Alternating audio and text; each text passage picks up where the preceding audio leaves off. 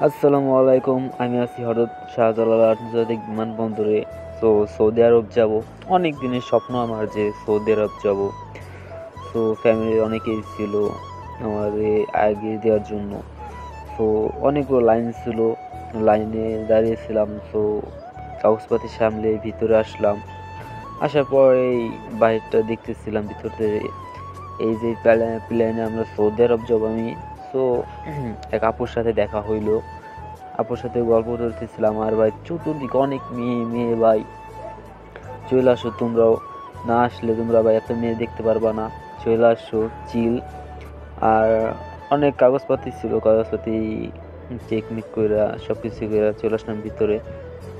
আর শেষবারের মতো নিজের দেশটাকে দেখে নিতে চেয়েছিলাম যে বাহিরটা, যে ফিরে আসতেও তো নাও পারে বা কত বছর পরে সেটা কোনো ঠিক নাই কে। আর বাহিরটাও দেখতেছিলাম প্লেনের ভিতরটা, লোকটা ভিডিও করতেছিলাম। আর এই প্লেনের এয়ার হোস্টেল মহিলাকে দেখে তো সেই লাগলো, আমার অনেক ভালো লাগছিল। আর মনে করলাম যে ওই ইয়া প্লেনের চায়নাকে দেখে আমার পুরাই মনে হইতেছিল একটা বোধাই বোধাই রাম বোধাই। সো প্লেন ছাড়বে মনটাই বাহিরে বাহিরে ভিডিও করতেছিলাম, বাহিরে ক্যামেরা ধরে। আর পাশের এক ভাইয়ের সাথে পরিচয় হয়েছে, ভাইয়ার সাথে গল্প করতেছিলাম দুইজনে। আর ভাইটা দেখতেছিলাম অনেকটা এক্সাইটেড আর অনেকটা নার্ভাস।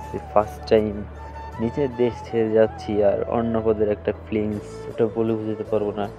তো কত বছর জন্য নিজের দেশটা ছেড়ে চলে যাচ্ছি আর বাইরে যাব, এমন একটা অন্য একটা ফিলিংস। বাইরে সৌদি আরব যাবো, নবী দেশে যাব। তো কথা বলতে বলতে প্লেনটা ছেড়ে দিল আর ঢাকার উপর দিয়ে চলে গেল ভাই। ভাই ঢাকার উপরে যখন যাতেছি মনে হলো যে যদি ঢাকার উপরে আমি হিসু করে দিই পুরো ঢাকাটা তো পুরো ভেসে যাবে। তারপরে ভাই করলাম না, আমি ঢাকায় অনেক বছর ছিলাম, অনেক মায়া আবেগ ঢাকার উপরে, ঢাকায় অনেক ভালোবাসি আমি। আই লাভ ঢাকা, বাংলাদেশকে বিদায়। আর কত বছর পরে আসি আর হয়তো নাও বেঁচে থাকতে পারি।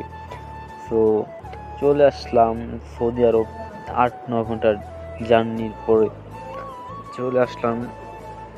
যাবো আমি জেদ্দা, এটা জেদ্দা এয়ারপোর্ট।